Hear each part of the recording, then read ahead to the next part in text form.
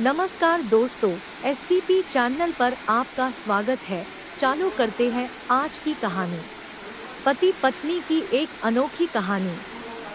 नागेश और पुष्पा जी की शादी को अब 50 साल पूरे हो गए थे।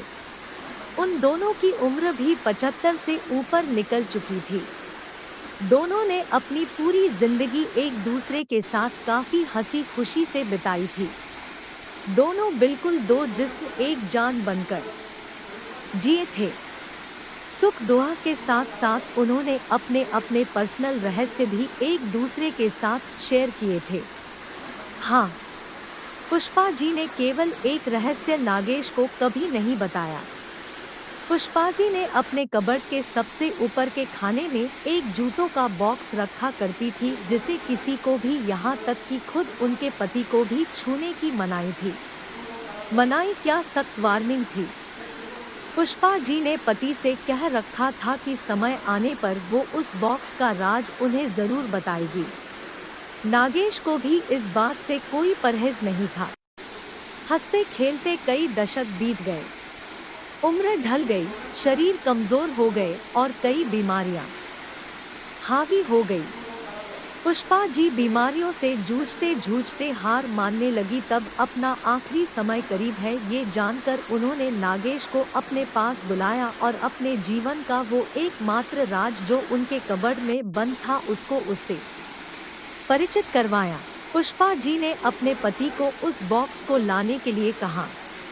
नागेश उस बॉक्स को लेकर आए और उसे ओपन किया तो वो देखकर हैरान हो गए कि उस बॉक्स में 2 खरोची हुई छोटी डॉल्स और ढेर सारे नोट पैसे थे।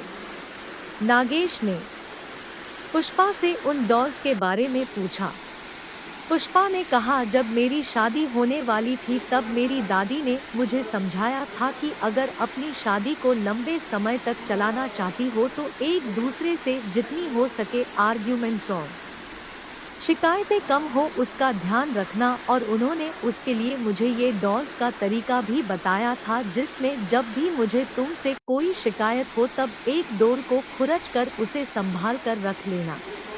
पुष्पा की बात सुनकर नागेश की आंखें भीग गई, क्योंकि पिछले 50 सालों में पुष्पा जी को उनसे सिर्फ 2 बार शिकायतें हुई। ये विचार ही उनके लिए काफी सुखद था।